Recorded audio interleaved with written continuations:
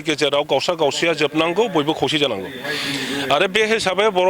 दुलाराय बर' फरायसा आफादनि आफादगिरि बिथाङा गावनि खुगाजोंनो खावलायदों जे इउपिपिएल आरो बिपिएफआ ज' जानांगौ बेवहाय हाग्रामा महिलारिया खालि एबसु प्रेसिडेन्ट आरो आंनि नामखौल' मानो लायो बिपिएफनि लेङाइ आफादगिरि एमएलए रबिराम नार्जारी स्वयं बे सावरायनायाव दंमोन बिथाङा जों ज' थांदोंमोन मैया बेयो मोनसे खोथा बुंदों जार्नालिस्टआ सोंनायाव जे मोननैजों ज' जायोब्ला सिबा सोर जागोन बिथाङा बुंदों बिटिसिब्ला आं जागोन बिटिआरब्ला प्रमद बर' जागोन जोंनि हारिखौ खौसे लाबोनांगौब्ला आरो बे हारिखौ फोजौनांगौब्ला अब्ला बिपिएफ आरो हाग्रामानि दारै जाला होननानै आङो इउपिपिएल दोलोआव फैदों हाग्रामाया बेफोरखौ खालामनो हाया बेयो खालामनो नागिराखै आरो प्रब्लेमा हाग्रामा महिलारियानो आं आरो चन्दनखौ बिपिएफनि प्रेसिडेन्ट जानानै खाम्फा बरगयारिया बिटिसिनि चिफ जानो नागिरनानैसो इउपिपिएलजों रायलायदों होननाय खोथाया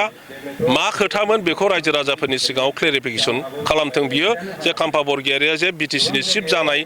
उद्देश्य लानानै इउपिपिएलजों रायलायाखैमोन सार्थआव हाग्रामा महिलारिया गाव मोजां गोसो लानानै आगोलबोथों गावनि सार्थफोरखौ एसे एनै कमप्रमाइज खालामलायथों नागारलायथों खिन्थु बेवहाय खौसे जायैनि माखासे प्रमद बर' एबा इउपिपिएल सोरखारखौ ब्लेम खालामदों दा बेनि सायाव सारा मा बुंनो सानो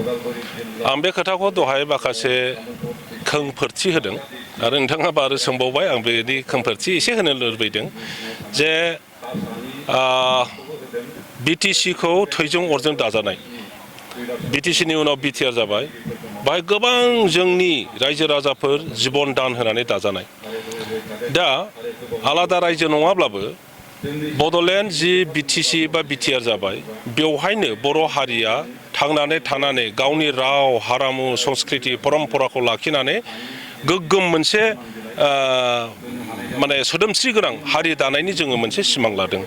दा सोदोमस्रि गोनां हारि दानांगौब्ला अब्ला बे हारियाव खौसेथिया प्रथम जाथारनांगोन बयनिबो गेजेराव एना एनि गैयै जानांगोन आरो बयबो जाथि लाखिनायनि बा जाथि फोजौनायनि फोथांनायनि खामानियाव बेस्थ' जानांगोन अब्लासो बे हारिखौ गोजौ हारि बा गिदिर हारि दाफुंनो हागोन नाथाय जों नुनो मोनदों राजखान्थि लानानै 2003-5निफ्राय आरम्भ खालामनानै दासिमबो गावसा गावसि दं ओंखायनो बर'नि मोनफ्रोमबो हारिमायारि संगठनफोर जातीय संगठनफोर नों दुलाराय बर' फरायसा आफादखौनो बुं बर' साहित्य सभाखौनो बुं आबोबखौनो बुं बा हालुवाफोरनि जि संगठन दङ जोंनि कालचारनि जे संगठनफोर दङ धर्मीय संगठनफोर दङ आरो गोबां माने सामाजिक संगठनफोर दङ बयबो बुंदों जे जोंनि गेजेराव गावसा गावसिया जोबनांगौ बयबो खौसे जानांगौ आरो बे हिसाबै दुलाराय बर' फरायसा आफादनि आफादगिरि बिथाङा गावनि खुगाजोंनो खावलायदों जे इउपिपिएल आरो बिपिएफआ ज' जानांगौ दा दिपेन बर' बिथांनि खावलायनायाव आङो बिपिएफआव थानाय समाव आंनि दैदेननायावनो जोङो रिहन दैमारि आगोलनि मन्त्रि इमानुएल मुसाहारि बिपिएफनि प्रथम जेनेरेल सेक्रेटारि बेनिफ्राय जोंहा रबिराम नार्जारी एमएलए आरो बेनिफ्राय आगोलनि बिटिसिनि प्रिन्सिपाल सेक्रेटारि रबिनसन मुसाहारि आरो माखासे जोंनि सोद्रोमाफोरखौ लानानै इउपिपिएलजों सावरायनाया आरम्भ जादोंमोन खेबथाम सावरायनाय जादों मैया हाग्रामा महिलारिनि जि स्टेटमेन्ट बेवहाय गोबां माने दोनखोमानाय लाखोमानाय बियो ओंखारदों आरो मैयानो बुंजेनाखै बिनि आगोलावबो गोबां खोथा बुंदों एबसु प्रेसिडेन्ट बिथांखौ लानानै खाम्फा बरगयारिया आंनाव फैदों ओमफ्राय प्रमद बर'जों लोगो हमहोनायनि खोथामोन दा लोगो हमहोआखै दासिमबो बेनि थाखायनो दा खौसेया जायाखै खाम्फा बरगयारिया गावसोर इउपिपिएलआव खारलांबाय गोबां धरननि खोथा बुंदों सिंनि गेसाव गोफोन बाथ्राफोरखौ आं बुंनो लुबैयाखैमोन खिन्थु बिथाङा बुङै बुङै ओरैबायदिसिम बारलांबाय दा बिनि थाखाय आङो दिनै प्रथम बारनि थाखाय खुगाखौ एसे खेवदों आरो आं खेवजोबबावाखै उनाव प्रयजन जायोब्ला बुंजोबबावनाय जागोन आं हाग्रामा बिथांनाव सोंनो लुबैदों जे दुलाराय बर' फरायसा आफादनि आफादगिरि बिथां आरो आंल' थांदोंमोन ना सोरबा दङमोन बेवहाय हाग्रामा महिलारिया खालि एबसु प्रेसिडेन्ट आरो आंनि नामखौल' मानो लायो बिपिएफनि लेङाइ आफादगिरि एमएलए रबिराम नार्जारी स्वयं बे सावरायनायाव दंमोन बिथाङा जों ज' थांदोंमोन BPFनि जानानै रबिराम नार्जारि आरो आं सानैया बाहागो लादोंमोन दुलाराय बर' फरायसा आफादा प्रेसिडेन्ट आरो सेक्रेटारि बाहागो लादोंमोन आरो खोथा बाथ्राफोरखौ जोंहा रबिराम नार्जारियानो 80% खोथाखौ बिथाङानो बुंदोंमोन दा मा खारनाव रबिराम नार्जारिनि नामखौ लाबोआखै हाग्रामाया बिनि ओंथियानो जाहैबाय बिथाङा गोबां खोथाखौ दोनखोमानानै दं रायजो राजानो मिन्थिहोनो लुबैयाखै मानो गावनो दाय मैया बियो मोनसे खोथा बुंदों जार्नेलिस्टआ सोंनायाव जे मोननैजों ज' जायोब्ला सिबा सोर जागोन बिथाङा बुंदों BTCब्ला आं जागोन BTRब्ला प्रमद बर' जागोन गाव सिब जानो लुबैबाय BTCनि दिनै BTCआनो BTR जादों खिन्थु BTRआ दिनै देरसिनदों फासनैदैनिफ्राय सानजाहा सनितपुर जिल्ला आरो बिश्वनाथ सारियालि लखिमपुरसिम लखिमपुर गहपुरसिम बर' रायजोआ दिनै बांलांबाय बै ओनसोलनि बर'फ्राबो दिनै BTCनि बाहागो जाबाय आरो फैगौ इलेक्सनाव बिथांमोनहाबो भट होनानै गावनि दैदेनगिरिफोरखौ बासिगोन दा BTC होननानै बुङोब्ला हाग्रामाया जिनि सिब जानो नागिरदों अब्ला फार्स्ट दैसिमल' होमबा बे सनितपुरनि बर'फोरखौ बिश्वनाथनि बर'फोरखौ गहपुरनि बर'फोरखौ हाग्रामानो नांथारमारला नामा मा खोथा जाखो बियो जे BTRब्ला उमुक जागोन थारमाने BTRआनो दंखायो BTRआनोखा आरो प्रमद बर'आनो सिब जाखागोन बे खोथाखौ बिथाङा गावनि खुगाजोंनो फुरा बुंसारनानै होनाय जाबाय गतिके आं रायजो राजाफोरनिसिम बेखौल' खावलायदों हाग्रामा महिलारिनि बुंलाबायनाय खोथायाव नोंथांमोना बिसास खालामनो नाङा बै रायलायनायाव आंजों एबसु प्रेसिडेन्ट बिथांजोंल' जों थाङाखै जोंजों लोगोसे रबिराम नार्जारिबो दंमोन बहुद जायगायाव बिथाङा बुंबाय थगायगासिनो दङ रबिराम नार्जारि दंफायोमोन बे खोथाखौ बिथाङा रायखांथाराखै बेवहाय माखासे खोथा दोनखोमानानै दोनबाय थादों आरो बे खौसे जानायनि रायज्लायनाया खेबथाम रायलायखांबाय बे खेबथाम रायलायनायाव जोंनिफ्राय आं दहाय बुंनाय सोद्रोमाफोर दङमोन बेनिफ्राय UPPLनिफ्राय बिसिनि सेक्रेटारि MPफोर MLAफोर बयबो दंजोबोमोन दुलाराय बर' फरायसा आफादाबो प्रेसिडेन्ट सेक्रेटारि बिथांमोनहा बाहागो लादोंमोन खिन्थु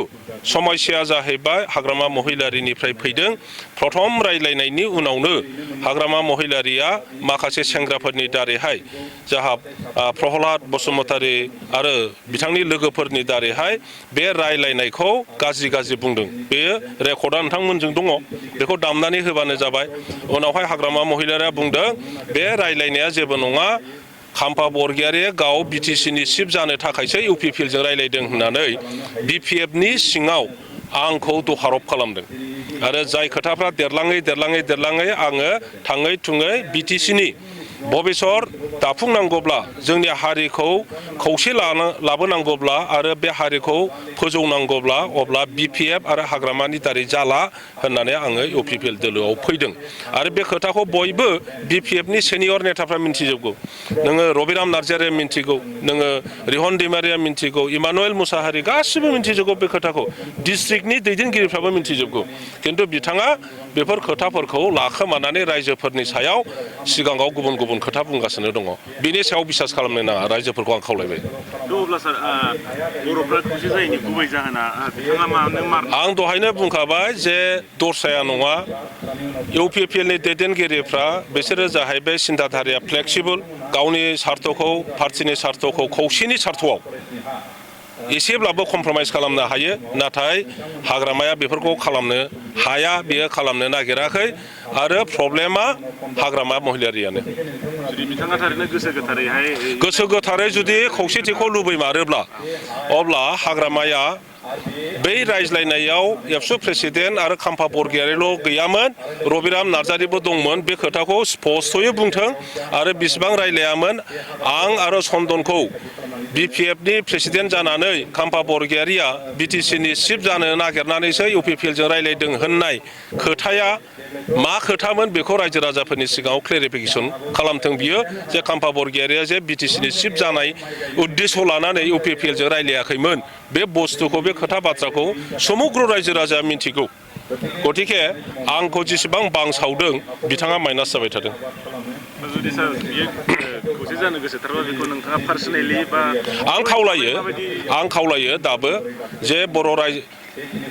बिपदआ जोंनि बर' जाथिनि बिपदआ सोरबा प्रमद बर'निल' नङा बिपदआ सोरबा हाग्रामा महिलारिनि नङा बे जाथिनिसो बिपद गतिके गाबोन समफोर फैगासिनो थानाय दिनाव बर' जाथिया गोबां बिपद सौदावबावगोन बे बिपदनिफ्राय बारग'नो थाखायसो मुक्त खालामनो थाखायसो जोङो खौसेथिया प्रयोजन ओंखायनो बियो प्रमद बर'निल' सम्पति नङा बियो हाग्रामा महिलारिनि सम्पति नङा ओंखायनो जाथिनि सार्थआव हाग्रामा महिलारिया गाव मोजां गोसो लानानै आगोलबोथों गावनि सार्थफोरखौ एसे एनै कमप्रमाइज खालामलायथों नागारलायथों प्रमद बर'आबो नागारगोन इउपिपिएलआ जेब्लाबो नागारनो थियारि जादों बे खोथाखौ आगोलावबो बिथांमोना फोरमायखादों ओंखायनो आं हाग्रामा महिलारि बिथांखौ खावलायो जे मोजां गोसो लानानै आगोलबो आरो जाथिनि सार्थनि थाखाय खौसे जानायनि बेलायाव असम्भबनाय जेबो गैया जिकुनु मुहूर्तआव खौसे जानो हानायनि परिस्थिति जों बानायनांगौ